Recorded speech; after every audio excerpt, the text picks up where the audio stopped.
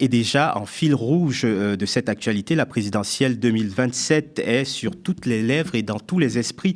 Qui pour diriger la France après 2 quinquennats d'Emmanuel Macron? À gauche comme à droite, le flou persiste, des prétendants se bousculent pour récupérer un pays à bout de souffle, tant sur le plan économique que sur le plan social. Le Pen, De Villepin, Mélenchon, Attal, on est plus proche de 2027 qu'il n'y paraît. C'est cette revue des troupes que je vous propose de faire, mais aussi un regard critique de la politique nationale et internationale d'Emmanuel Macron. Je vous le propose aujourd'hui avec un invité exceptionnel, l'avocat et essayiste Jean-Pierre Mignard, connu pour ses interventions dans des dossiers très médiatiques, comme celui des écoutes de l'Élysée sous le premier septennat de François Mitterrand, mais également avocat de Mediapart dans l'affaire Cahuzac ou encore des parties civiles au procès Clearstream. On évoquera aussi son rapport à ce monde politique qu'il a côtoyé de près et même de très près. Et pour m'accompagner également, toujours avec Bélir Nabli. Bonsoir Jean-Pierre Mignard. Bonsoir. Alors Jean-Pierre Mignard, je n'ai évidemment pas été complet sur votre description il y a un instant.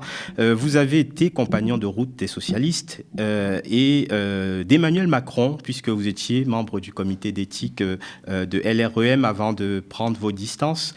Et finalement de soutenir la candidature de Jean-Luc Mélenchon en 2022. On imagine qu'en 2017, vous aviez certainement beaucoup d'espoir dans cet ovni qui était le macronisme. Qu'en pensez-vous aujourd'hui?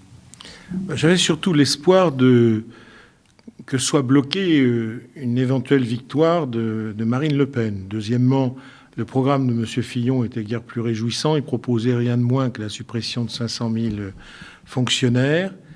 François Hollande avait quitté sa fonction en n'ayant pas l'intention de se représenter, ce qui veut dire que la gauche socialiste était dans un état le plus mauvais qui soit, puisque le président sortant décidait en partant de la laisser à elle-même, avec 2 candidats qui d'ailleurs ne se sont pas entendus, puisque l'un des 2 a refusé le verdict de la primaire, c'était Manuel Valls. Donc j'ai soutenu effectivement Emmanuel Macron, car je pensais qu'il était celui qui pouvait bloquer l'accès au pouvoir de Marine Le Pen ou d'une candidature de droite dure de M. Fillon. Est-ce que j'avais un espoir démesuré? Certainement pas. La preuve, il m'a été proposé d'être député. J'ai refusé tout de suite un mandat, estimant que je n'en savais pas assez pour occuper une position à l'Assemblée. Et puis je suis quelqu'un qui aime la liberté de parole, ce qui n'est pas toujours compatible avec la parole organisée d'un groupe parlementaire. Et puis, il y avait des inconnus. Et donc, j'attendais de voir. Voilà. En tout cas, le pari a été gagné puisque Marine Le Pen n'a pas été élue. La suite a montré très vite les grandes failles de la candidature d'Emmanuel Macron. Et je pense que l'affaire des Gilets jaunes a été majeure. J'ai réagi, c'est ma première réaction d'opposants d'ailleurs au Parlement comme à Emmanuel Macron, puisque je trouvais que cette manière de répondre à une révolte populaire, même si elle s'exprimait de manière quelquefois difficile à saisir, un peu chaotique, c'était quand même la violence. Et ça, il m'a semblé que s'il fallait réagir à des manifestations populaires qui traduisaient d'ailleurs des symptômes de la mondialisation, de l'inégalité entre les forces sociales, entre les classes sociales, et si on y répondait par la gendarmerie ou par l'usage inconsidéré des forces de police, on était très mal parti. Et à partir de ce moment-là, je me suis lentement mais sûrement détaché de l'affaire d'En Marche. Bélir, le macronisme a un peu trompé son monde au départ, comme M. Mignard. Ou est-ce il était déjà possible à l'époque de voir la fibre néolibérale chez Macron et de comprendre qu'elle allait forcément opérer sur sa politique? Non, il y a eu beaucoup de personnes honnêtes comme Jean-Pierre Mignard qui ont cru à une partie du discours de M. Macron, notamment parce qu'il a été habile, il faut le rappeler quand même, on le critique régulièrement ici, mais ça reste un personnage qui restera justement dans l'histoire de la Ve République comme particulièrement habile, qui sait séduire ses interlocuteurs. Et il a poussé le curseur au maximum par rapport à ses vertus mitterrandiennes, si j'ose dire, ses qualités en tout cas mitterrandiennes. Et pour les plus lucides, comme Jean-Pierre Mignard, la prise de conscience fut relativement rapide quand même, malgré tout. Et là où il a été habile, c'est quand même l'équation idéologique qu'il a proposée. Parce qu'il faut rappeler que son discours était manié ou allié à la fois une forme de libéralisme économique, mais dans une version démocrate américaine, et précisément un libéralisme politique qui pouvait également parler à une certaine gauche, notamment sur la laïcité et sur l'égalité des chances. Et donc, on a, avec l'expérience qu'on a vécue, on tend à oublier finalement le message originel du macronisme et qui précisément était équivoque parce qu'il mobilisait ce qui pouvait apparaître comme des contradictoires et finalement ce qui va trancher finalement cette ambiguïté, c'est l'exercice du pouvoir. Et rapidement, il a fendu l'armure d'une certaine manière, mais en apparaissant pour ce qu'il était fondamentalement, à savoir un libéral autoritaire. Avec un discours qui a changé, qui s'est métamorphosé. On se souvient, Jean-Pierre Mignard, de ses propos très critiques envers la colonisation. La politique d'Emmanuel Macron a radicalement changé depuis. C'est-à-dire que Emmanuel Macron, c'est une succession d'opinions qui, quelquefois, n'ont rien à voir entre elles. C'est-à-dire que c'est un personnage qui change de position. Il est en effet, il faut le dire, très caméléon. Sur la colonisation, je sais bien, puisque je l'ai accompagné 2 fois à Alger, il était très critique, au point d'ailleurs de tenir des propos sur la colonisation qu'en tant que telle, il définissait comme un crime contre l'humanité. Les non-juristes peuvent parfaitement accepter cela, ce qui n'est pas vrai sur le plan du droit. Quand on était arrivé, je lui avais dit qu'il y avait une phrase à tenir qui était les Français étaient venus en Algérie avec la Déclaration des droits de l'homme dans leur bagage, ce qui est vrai, l'ennui, c'est qu'ils avaient oublié de la lire. Les Algériens étaient très satisfaits de cette phrase. Il en a rajouté. Puis en ayant rajouté, il a dû ensuite s'excuser quand il est revenu en France auprès de groupements de rapatriés. Donc c'est typiquement Emmanuel Macron de ne pas tenir ses positions, de ne pas tenir sa ligne et de changer vraiment du tout en tout. On l'a bien vu d'ailleurs récemment encore dans l'affaire algérienne, où pendant tout un temps, il laisse le Premier ministre, mais surtout le ministre de l'Intérieur, s'exprimer sur cette question, alors qu'elle lui revient de droit. Il est, en tant que président de la République, le gardien du traité, et normalement, aucun autre que lui ne devait s'emparer de ce dossier. Donc il a laissé pendant plusieurs semaines, peut-être volontairement, M. Retailleau et d'autres s'emparer de ce dossier, gonfler de manière absurde le conflit avec l'Algérie pour devoir, dans les derniers jours, rattraper. Puis maintenant, embrassons-nous Folleville, on invite le président algérien. Il n'y a rien de... Si vous voulez... Ce n'est pas stable. La politique d'Emmanuel Macron, c'est l'instabilité. Absolument l'instabilité. Il n'y a pas de ligne. Je pense que c'est profondément un opportunisme. Alors, on ne peut faire le bilan d'Emmanuel Macron sans évoquer un nom, celui d'Alexis Kohler, le secrétaire général de l'Élysée, l'un des plus proches collaborateurs d'Emmanuel Macron. Alexis Kohler qui a été mis en examen en 2022 pour prise illégale d'intérêt en raison de ses liens familiaux avec l'armateur MSC. Alors, Alexis Kohler qui refuse aujourd'hui de se présenter devant la commission d'enquête sénatoriale sur un autre scandale, celui des eaux en bouteille. Regardons le sujet de Lydia Ménez.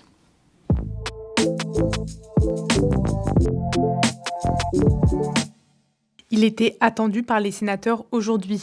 Le secrétaire général de l'Élysée, Alexis Kohler, a fait savoir qu'il ne répondrait pas à la convocation de la commission d'enquête sur le scandale des eaux en bouteille. Dans un courrier transmis à la commission hier, le bras droit d'Emmanuel Macron invoque la question de la séparation des pouvoirs.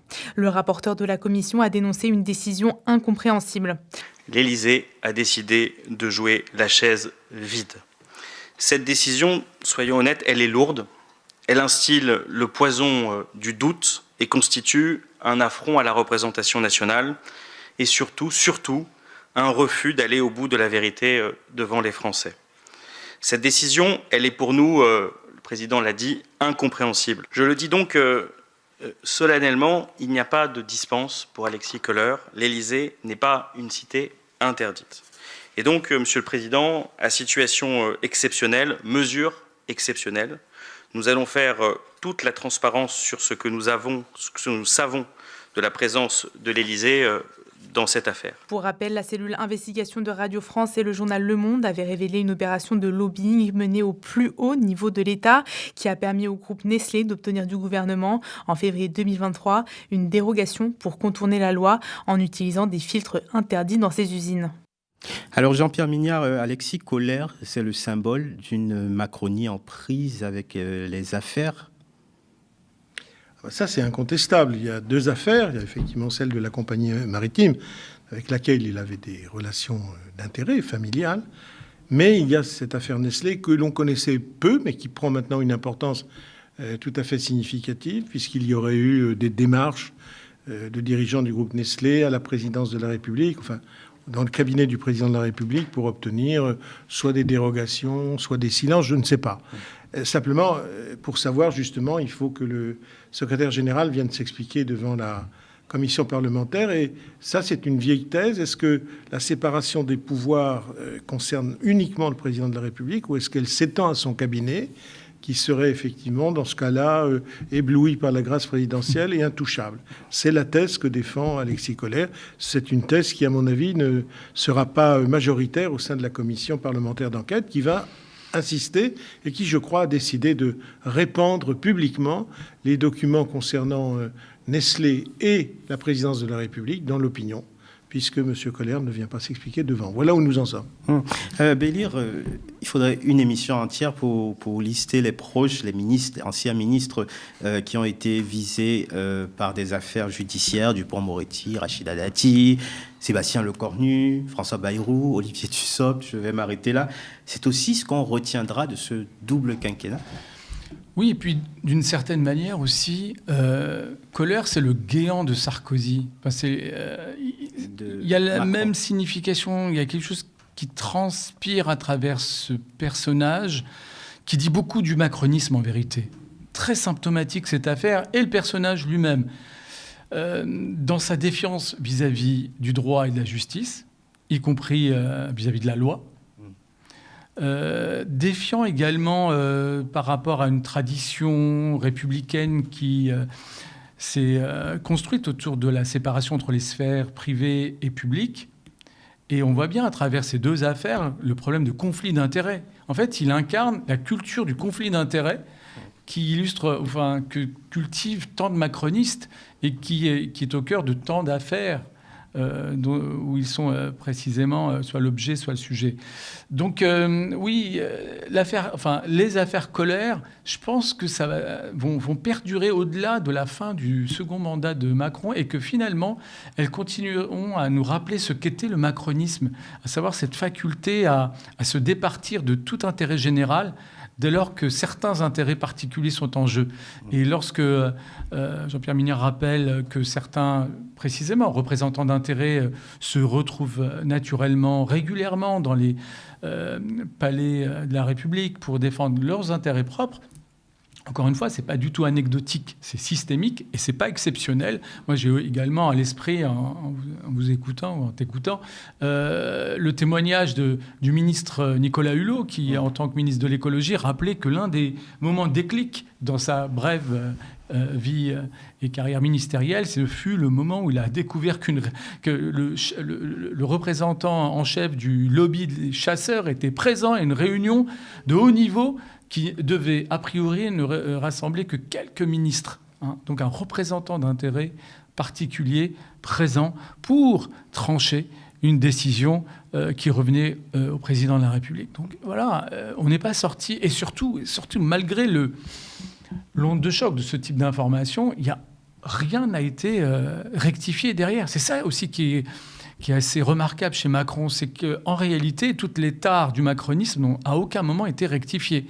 Et je pense qu'assez tôt, il a balancé cette idée de très sarkozyste, j'ai compris, je vais changer. À aucun moment, il n'a compris et il n'a changé. Et ça, je trouve que c'est assez remarquable aussi. Et tout autant que sur la question des promesses liées à la colonisation, celle des mains propres en politique, le fait d'avoir des ministres mis en examen était une promesse du candidat Emmanuel Macron, Jean-Pierre Mignard, qui n'a pas été tenue. Non, il ne l'a pas tenue parce qu'il y en a eu trop, des ministres mis en examen, et donc ça devenait impossible.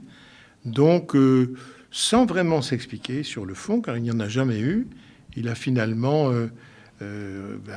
donc abandonné une position, un usage qui était celui qui avait été installé avec Édouard Balladur notamment. C'est le premier à avoir effectivement estimé que quand on était mis en examen, on ne pouvait plus continuer effectivement à exercer une fonction ministérielle. Avec lui, on a continué. C'est-à-dire que ça présentait plus beaucoup d'importance. Faisant cela, il dévaluait évidemment la fonction judiciaire, qui n'avait plus qu'une importance relative. Emmanuel Macron, c'est le relativisme. C'est-à-dire qu'il n'y a aucune règle qui s'applique de manière stricte. Il n'y a pas de principe.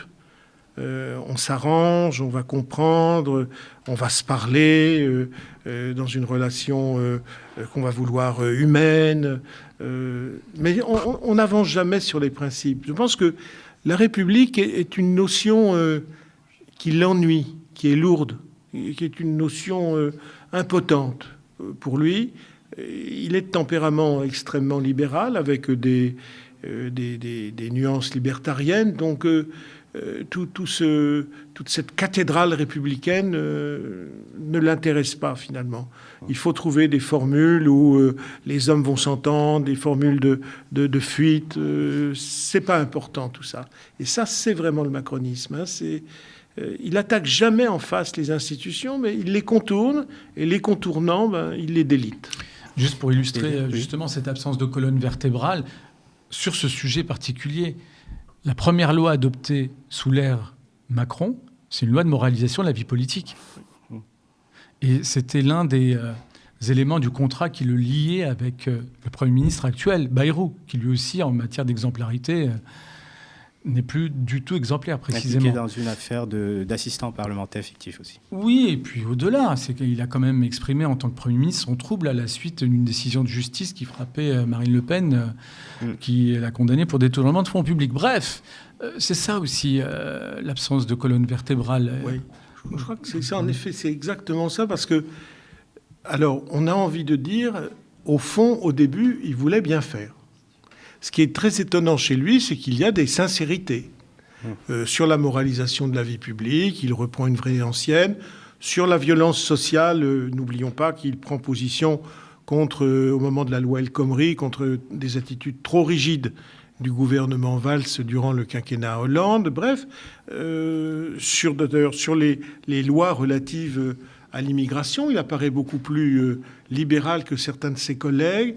Sur la déchéance de nationalité qui est évoquée furtivement lors de la réunion du Congrès à Versailles par le président Hollande, il manifeste un désaccord. Donc il a façonné, quand il était au gouvernement de Manuel Valls, avec lequel il s'entendait évidemment très mal, il a façonné une image plus libérale, plus accueillante que le républicanisme strict et agressif de Manuel Valls. Alors, est-ce qu'il était sincère ? Ça pourra intéresser plus tard les historiens et ceux qui voudront bien s'intéresser au caractère des dirigeants. Alors, je pense que c'est quelqu'un qui se complaît dans ses sincérités. C'est-à-dire que s'il a une sincérité qui lui fait plaisir, et il se dit « Ah, que cette sincérité me va bien », eh bien oui, il est content. Vous voyez, mais ça peut changer, parce que les événements sont notre maître, et donc il faut se plier à ceci. Et comme la rudesse des événements, la rudesse de l'histoire, la rudesse de l'époque qu'il a traversée ne laissait pas beaucoup de place à la contemplation narcissique de soi et de ses vertus, il est devenu ce qu'au fond, les intérêts qu'il dirigeait, les intérêts dont il était le fruit, lui demandaient, c'est-à-dire d'être de plus en plus dur et de plus en plus brutal, et de ne pas se perdre dans des considérations finalement peu utiles sur la République et sa philosophie. Alors, justement, rapidement, juste pour dire, bon, derrière le fait d'affirmer qu'il n'a pas de colonne vertébrale, malgré tout, celle-ci, elle s'est construite en filigrane. C'est un libéral autoritaire. Et il est attaché à la fois au libéralisme économique et à une valeur régalienne, mais qui tend à une forme d'illibéralisme qui est finalement l'autoritarisme. Il a déjà exprimé ce versant, notamment, alors tu as parlé de l'épisode des Gilets jaunes, mais il y a effectivement cette incarnation à travers Emmanuel Macron de ce courant de pensée, ce mouvement qu'on pensait avoir dépassé historiquement, qui revient en force, qui est le libéralisme autoritaire. En tout cas, dans son camp et celui de ses alliés, on sent déjà une certaine fébrilité en vue de 2027. Édouard Philippe qui fait cavalier seul, Gabriel Attal qui se présente comme l'héritier, sans oublier les Darmanin, Borne, Bayrou et consorts. Avec toutes ces divisions, Jean-Pierre Mignard, est-ce que l'après-Macron va sceller la fin du macronisme, en fait? Oui, parce que le macronisme, finalement, n'a pas pour vocation à durer, au-delà des quelques jours qui vont suivre le départ d'Emmanuel Macron de la présidence de la République. Ensuite, vont se présenter, ou vous tenter de concourir, des personnes qui représentent le libéralisme, et le libéralisme autoritaire sous toutes ses formes. D'ailleurs, j'écoutais Attal qui disait le rétablissement de l'autorité. Eh bien, ils veulent toujours rétablir l'autorité comme s'il n'y avait plus d'autorité. Chacun veut rétablir sur l'autre. Oui, c'est bizarre. On va écouter Gabriel Attal, justement, qui était en meeting, donc dimanche dernier, un meeting aux accents de campagne présidentielle. On l'écoute. On le savait, souvent RN varie. Et il est devenu le parti du deux poids, deux mesures. C'est le parti qui demande de la fermeté pour tous, sauf pour lui. C'est le parti qui demande l'inéligibilité à vie pour tous, sauf pour ses élus à lui. Le parti qui considère qu'il ne faut d'immunité pour personne, sauf pour Madame Le Pen. Je le dis sincèrement, notre combat pour l'autorité, c'est un combat pour l'autorité de la règle. Comment être crédible face à un mineur délinquant si les politiques n'ont pas à respecter les règles? On se bat chez Renaissance pour en revenir à des choses simples. Tu l'as dit, Ambroise, tu casses, tu répares, tu salis, tu nettoies. On dit aussi, tu souffres, on s'occupe de toi. Mais ça ne peut pas tenir si l'exemplarité n'est pas partout. Alors je le dis, tu voles, tu payes, surtout quand on est un responsable politique.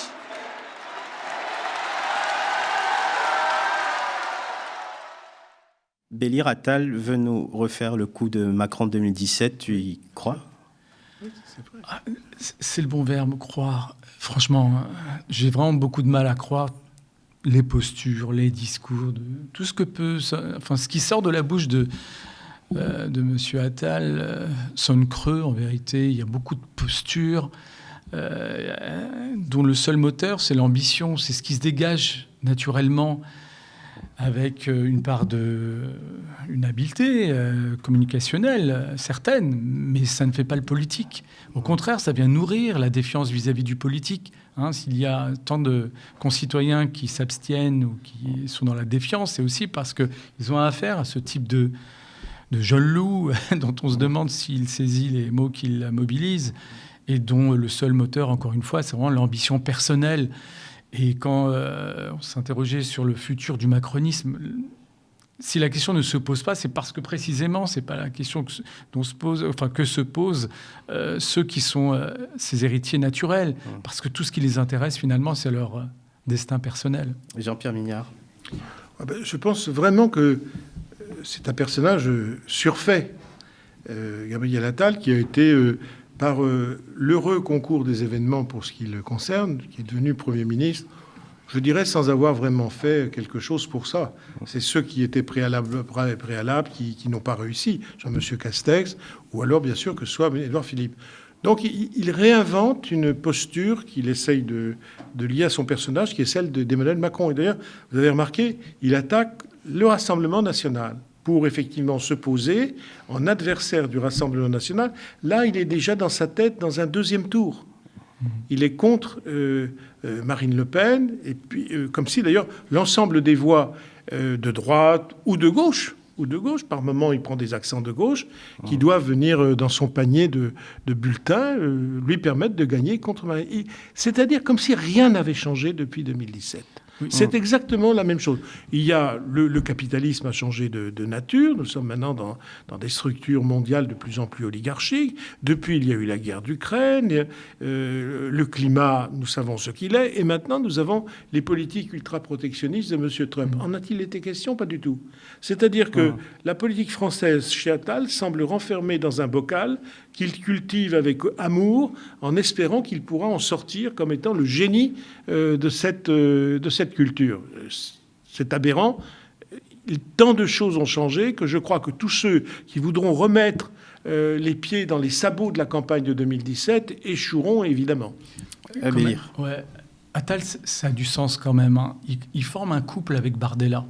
C'est des TikTokers, en fait. Tu sens cette superficialité sans fond et sans limite, dans le sens de sans limite, qui est abyssale et qui donne le vertige à un moment donné. Si tu l'écoutes, que tu te concentres sur le discours, à un moment donné, tu es pris de vertige. Tu te dis, c'est pas possible, qu'est-ce que ça sonne creux, c'est extraordinaire. Et il y a la même croyance dans la communication, dans la posture, dans la recherche du mot. Et c'est ça qui tue, in fine, la politique et la croyance dans le destin collectif, dans le fait de pouvoir changer le réel, dans le fait de pouvoir réaliser des choses. Parce qu'on a affaire à des discours creux, hein, où le seul moteur, encore une fois, c'est l'ambition personnelle. Tu le vois, le regard est à la fois vide et sombre. Et une inculture. Ah, c'est ça. Hein. Et une inculture qui est exceptionnelle. Mais c'est pour ça que Tu as parfaitement raison. Ces Bardella. gens-là sont incapables de faire référence à qui que ce soit en termes de culture, et notamment de théorie politique, de doctrine politique, de personnages qui ont aidé à construire les idées politiques dans notre siècle et dans les siècles d'avant. Ils en sont parfaitement incapables. Alors, ce meeting de Gabriel Attal se déroulait en même temps que la manifestation des partisans de Marine Le Pen qui se positionnent en victime d'une justice politisée. Oui. Jean-Pierre Mignac, qu'avez-vous pensé de ce cas Le Pen et de sa ligne de défense ? Alors, je pense que si elle veut être condamnée devant la cour d'appel, il faut en effet qu'elle continue dans cette direction. C'est certain que le résultat ne se fera pas attendre. Je ne sais pas ce qu'il en sera sur l'exécution provisoire d'une mesure d'inéligibilité, mais la condamnation est certaine. Le dossier est très, très lourd, il est construit et il nie l'indéniable. Vous savez, c'est très pénible pour des magistrats parce qu'ils n'ont pas vérifié ce qui se passait à l'audience. À l'audience, c'est très important une audience. C'est pas un moment accessoire dans une procédure. Les juges apprécient si oui ou non, non pas on les prend pour des idiots. Accessoirement, ils peuvent le penser, mais est-ce que les personnes qui comparaissent, les prévenus, ont pris des distances vis-à-vis des faits qui leur sont reprochés ? Et s'ils ont pris des distances vis-à-vis des faits qui leur sont reprochés, est-ce qu'on peut prendre en considération la peine et leur faire confiance ? Si c'est non, et si c'est un refus, mais vraiment abrupt, de concéder quoi que ce soit sur des faits qui sont patents, les juges disent, vous n'avez pas bougé d'un iota sur ce qu'on vous reprochait, vous n'avez absolument pas eu conscience de ce que vous aviez fait, vous ne voulez pas vous repentir, donc votre réinsertion n'est pas du tout faite, elle n'est pas là, elle n'est pas donne. Accessoirement, vous nous prenez pour des idiots. Mais ça, c'est pas grave. Mais en tout cas, pour la société, vous restez le danger que vous étiez. Bélir, on s'attendait à une démonstration de force des partisans de Marine Le Pen. Finalement, la mobilisation a été assez modeste. Est-ce à dire qu'on surestime peut-être le soutien qu'elle reçoit dans l'opinion ? Disons que le motif de mobilisation était difficile à soutenir, précisément. Parce que s'attaquer au juge frontalement... C'est moins la figure du juge, à mon avis, que de soutenir quelqu'un qui vient d'être condamné officiellement, même si un interject appel, pour détournement de fonds publics. Difficile déjà à titre individuel et dans une démarche aussi collective, se rassembler en masse pour... je pense encore une fois, moins pour fustiger le juge que pour condamner le caractère inique ou injuste de la condamnation. Les faits, on l'a tous compris, sont implacables.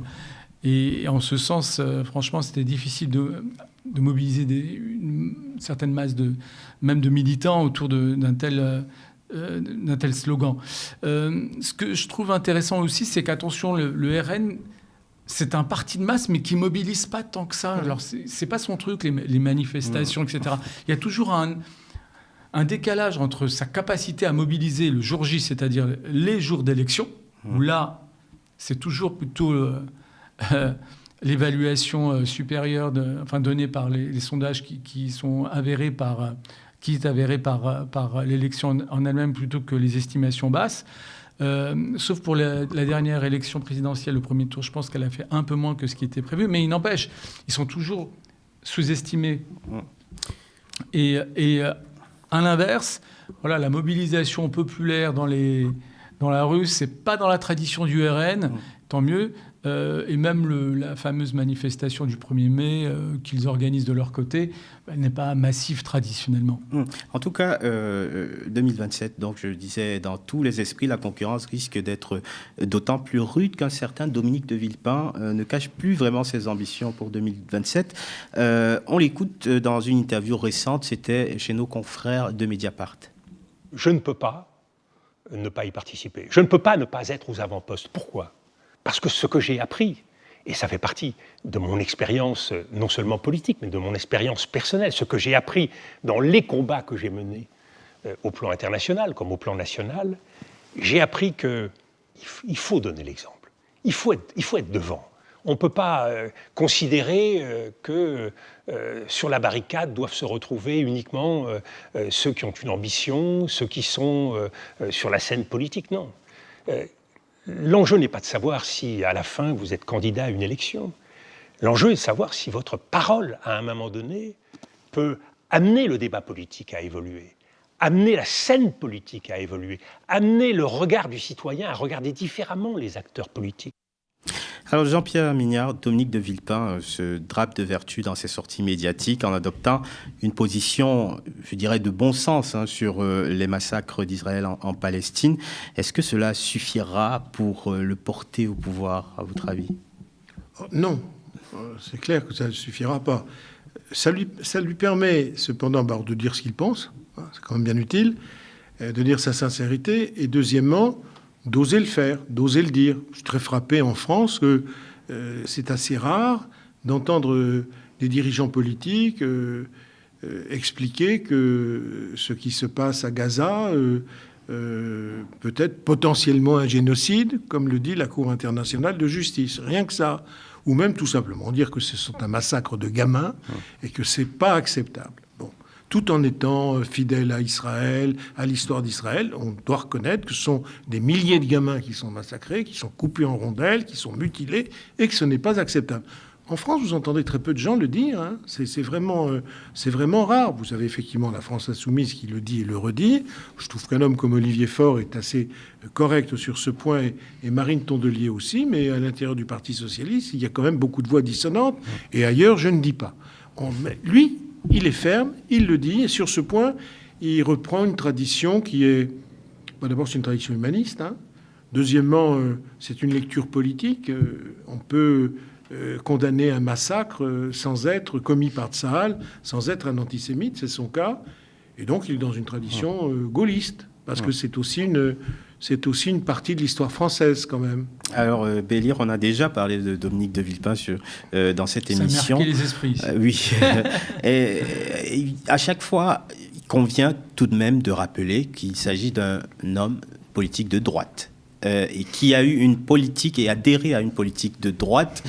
Ça permet de tempérer les ardeurs. Beaucoup de nos abonnés de gauche le soulignent. Effectivement, il faut le dire, c'est un homme de droite. Oui, mais c'est pas ce qui m'intéresse en fait. Je trouve que ce qui est intéressant, c'est sa capacité, ça a été très bien dit, de détonner, de ne pas avoir peur de dire des choses qui ne sont pas dites par ailleurs. Et il n'a pas le choix, en plus, d'un point de vue stratégique, de continuer à détonner. Alors il le fait sur les dossiers diplomatiques, en empruntant les chemins, non pas tortueux, mais complexes. Donc il mobilise ce qu'il y a de meilleur chez nous, en tant que citoyens. Mais il doit continuer. Et ça a été dit aussi par Jean-Pierre Mignard. Il ne peut avoir de destin présidentiel que s'il s'engage dans la vie concrète des gens aussi. Donc, il faut qu'il parle d'économique et de social. Et là, j'en reviens à ta question, que je n'ai pas balayé d'un revers de main. Je voulais y venir, mais dans un deuxième temps. Il doit détonner aussi sur le plan économique et social en se départissant de quelques paradigmes droitiers, plus précisément libéraux, qui ont marqué notamment son exercice du pouvoir à Matignon. Je pense qu'il est capable de le faire, parce que le jeu en vaut la chandelle, eu égard à la scène politique franco-française. Tu as cité les noms pour 2027. Franchement, on a l'impression d'être dans un festival de nains politiques.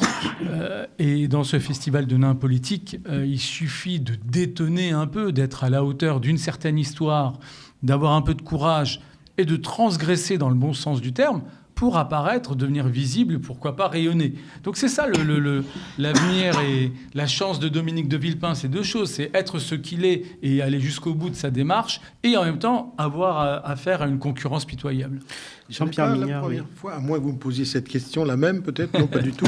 Mais on quitte Dominique de Villepin on ou... continue parce que le temps nous presse. Non, j'allais dire que ce n'est pas la première allez-y. fois que la gauche aurait un chef venant de la droite. La résistance française, le programme du Conseil national de la résistance, Dieu sait s'il a marqué la vie politique française. C'est l'histoire de forces politiques et d'hommes, de femmes venant beaucoup de la gauche, du syndicalisme, avec un chef de droite, c'était De Gaulle. Ça, ouais. N'oubliez pas ça, c'est très important quand même aussi, dans l'histoire de France. Je parle du général de Gaulle. Le gaullisme a une histoire avec la gauche. Lorsqu'il y a eu les coups d'État militaires de 58, que De Gaulle a réussi d'ailleurs à capter en disant je vais venir au pouvoir et vous allez rentrer dans vos casernes. Le coup d'État d'avril 61, la gauche est aux côtés du général qui, elle, n'a jamais tenté de dire De Gaulle au poteau et de l'assassiner, comme l'extrême droite le disait. La reconstruction, le maintien de la République, la guerre d'Irak, ce sont des moments d'alliance avec la gauche. Même mai 68, on évite les catastrophes. Donc, c'est une histoire, le gaullisme et la gauche. Et sur ce point, peut-être en effet, mais sans la gauche, Dominique de Villepin ne sera pas élu. Donc il a besoin, comme le dit Bélire, effectivement, d'aller voir dans les projets de la gauche ce qui est nécessaire au redressement démocratique et national du pays. C'est bien ça qui est en jeu. Alors justement, parlant de la gauche, vous avez été dans les arcanes du Parti socialiste. Que doit faire la gauche? Est-ce que c'est l'union ou la défaite pour la gauche aujourd'hui? Et en l'état, est-ce que l'union est possible? On voit qu'il y a des points de friction, de discorde assez importants entre les partis de gauche, notamment entre le Parti socialiste ou une partie du Parti socialiste et les autres partis de la gauche. Vous êtes fort aimable quand vous parlez de points de friction. Non, je crois que c'est une désunion qui mènera directement à la défaite. Pourquoi? On peut être en désaccord. Lors de la venue au pouvoir de François Mitterrand, il y a eu tous ces conflits avec le Parti communiste. Ils étaient nombreux et extrêmement vifs, extrêmement durs. Puis à l'époque, d'ailleurs, le Parti communiste soutenait l'invasion russe de l'Afghanistan. Enfin, personne ne se faisait de cadeaux. Bon, mais enfin, néanmoins, le gouvernement de la gauche, en 1980, il y a des ministres communistes. Les électeurs communistes ont voté aussi pour François Mitterrand. Bien. Donc, les socialistes, à l'époque, pour l'union et pour gagner, savaient avaler des couleuvres et même quelquefois des boa constrictors. Maintenant, on a un Parti socialiste qui est révulsé à l'idée de passer des accords avec LFI, dont le langage n'est pas un langage modéré, je suis bien d'accord, qui n'est pas toujours un langage liant. Mais si ces gens-là ne se mettent pas d'accord, je pense qu'ils ne gagneront jamais. Deuxièmement, ce qu'on attend de la gauche, c'est des idées nouvelles. C'est des explications nouvelles. Le monde est en train de se bouleverser. Est-ce qu'il faut toujours rester sur une critique de... vous savez, on a fait la marguerite. Un peu à gauche, trop à gauche, tout à gauche, encore à gauche. C'est ridicule. Comment on fait dans la situation dans laquelle nous nous trouvons pour diriger un grand pays? Avec quelles forces sociales? Avec quelles institutions? Quelles sont nos capacités économiques? Quelles seront nos alliances? Mais c'est ça qu'on attend de la gauche. Mais on pourrait vous Plutôt répondre... que de savoir si M. Mélenchon et M. Guedes ne s'aiment pas, ce qui est le cas, quoi qu'ils étaient ensemble dans leur jeunesse. Jean-Pierre Mignard, on pourrait vous répondre que le Parti socialiste n'a pas été capable de juste censurer le gouvernement Bayrou, alors que effectivement le gouvernement n'avait donné aucun gage particulier. Pourquoi les socialistes... D'abord parce que le Parti socialiste a un tropisme centriste. C'est-à-dire que la leçon qu'il a tirée de l'ère mitterrandienne, c'est que c'était plutôt avec le centre qu'il fallait trouver des coalitions. Ou si ce n'était pas avec le centre en tant que formation politique, c'était le centre en tant que doctrine. Ça, c'est le résultat d'une compréhension de l'Europe où on pensait que ça se faisait au centre. Les démocrates chrétiens, les sociaux-démocrates, mais attention, c'est pas Helmut Kohl, c'est pas Jacques Delors, c'est plus François Mitterrand. Je sais pas ce que c'est que le centre aujourd'hui. Le centre, c'est la droite. C'est ce que disait Mitterrand, il avait sur ce point raison. Et je pense que le Parti socialiste se perd à vouloir récupérer ce que Gabriel Attal lui laissera, je sais pas très bien d'ailleurs ce que ce sera, pour constituer une force qui, en tant que telle, pourrait être majoritaire lors d'une élection présidentielle avec un candidat dont je vois pas très bien qui c'est. Si c'est Raphaël Glucksmann, il clivera avec une grande partie de la gauche parce que ce n'est pas son histoire politique. Donc, pour s'entendre, il faut travailler. 2, avoir un projet, des idées nouvelles. Et il faut étonner les Français. Il faut dire voilà où nous en sommes, voilà ce que c'est, et voilà ce que nous allons tenter de faire. Et croyez-moi, il faudra même d'ailleurs que des électeurs de droite rejoignent cette coalition. C'est peut-être pour ça d'ailleurs qu'après tout, ça pourrait être une coalition de gauche avec un chef de droite qui pense à gauche, comme Dominique Villepin. On y revient. Écoutons d'ailleurs ce qu'en dit le premier secrétaire du PS, Olivier Faure. Et moi, je souhaite parler à l'ensemble de celles et ceux qui veulent que la gauche puisse mettre fin à 10 années de macronisme et éviter le piège de l'extrême droite. Mais vous aurez Jean-Luc Mélenchon sur votre route. Et Jean-Luc Mélenchon a déjà annoncé qu'il serait candidat, qu'il y aurait un candidat insoumis en tout cas à l'élection présidentielle. Et donc l'objectif maintenant, c'est de rassembler toute la gauche qui veut bien se rassembler et qui veut bien faire front ensemble pour donner une espérance. Vous pensez que le Parti socialiste est bankable pour ça? Vous pensez que le Parti socialiste est bien placé pour ça? Le Parti socialiste est bien placé pour cela. C'est ce que je défends. Il n'est pas le seul. Et je souhaite le rassemblement autour d'une candidature commune et d'une plateforme commune. Parce que je ne suis pas, même si je plaide pour ce que nous sommes, je suis aussi lucide sur l'état de la gauche. Et je vois que quand on a la division absolue, quand vous avez 1, 2, 3, 4, 5, 6 candidats de gauche au premier tour, ça fait 0 candidat au second tour. Et moi, ce que je souhaite, c'est avoir un candidat de gauche au second tour pour l'emporter au second face au candidat de l'extrême droite. Lire, Olivier Faure se dit lucide, mais parfois on a du mal à comprendre la stratégie du Parti socialiste. Tu me rassures. Alors, parce que je me suis concentré pour comprendre son équation politique et bon, d'un côté, il admet le principe qu'il faudra des candidatures à gauche s'imposeront d'elles-mêmes, eu égard finalement à des différences programmatiques et idéologiques, et de l'autre, il dit que c'est eu égard à cette situation-là. Mathématiquement, ça aboutira à la présence d'aucun représentant de la gauche au second tour, tout en se plaignant de cette situation. Donc à la fin, on ne comprend rien à ce qu'il propose, et c'est bien le problème, parce qu'en vérité, un responsable politique, il est là pour à la fois montrer une perspective, un chemin, et clarifier des situations parfois obscures, eu égard à la complexité de la situation politique. Et on a affaire, je l'avais dit, à des nains politiques s'agissant de tous les candidats plus ou moins officiels pour la présidentielle 2027.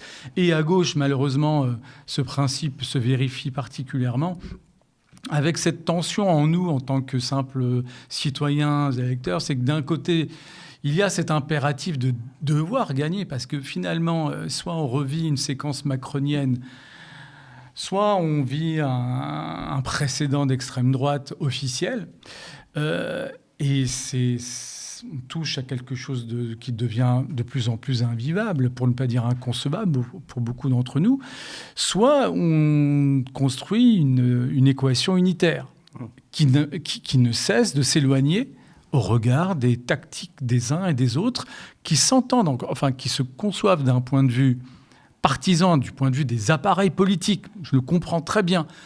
Mais, en prêtant attention au discours des uns et des autres, à leurs logiques légitimes, à leur stratégie légitime, il y a quand même un gouffre avec l'espèce de sentiment d'urgence qui nous habite et qui est à la fois un sentiment quotidien et qui ne fait que se renforcer lorsqu'on essaie de se projeter. Et ça, mais c'est vraiment ce qui me frappe, c'est ce décalage entre les stratégie d'appareil et notre conscience de simple citoyen. Le mot de la fin, Jean-Pierre Mignard. Oui, regardez, la montée de la violence. J'écoutais un sondage une étude ce matin, qui disait que 47% des Français auraient abandonné, auraient réduit leurs achats en matière d'hygiène. Des choses comme ça, on en apprend tous les jours. Les suicides paysans n'ont pas cédé. Malgré la prétendue solution apportée à la crise paysanne, il y a toujours autant de suicides chez les paysans.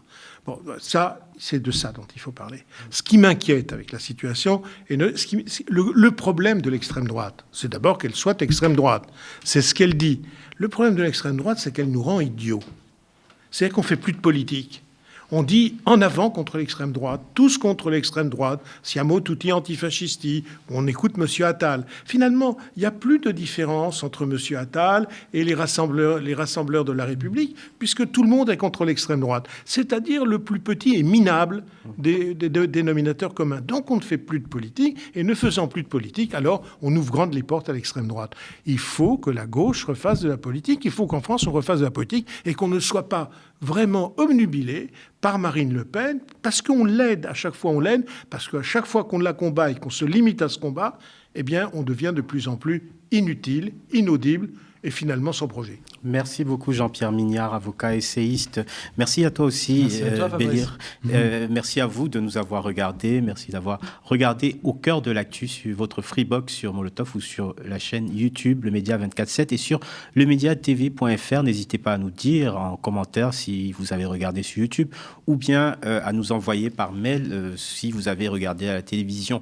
Si vous en avez les moyens, évidemment, soutenez-nous, soutenez le travail de journalistes indépendants en allant sur le site internet lemediatv.fr. Restez connectés aux médias. Bonne suite des programmes.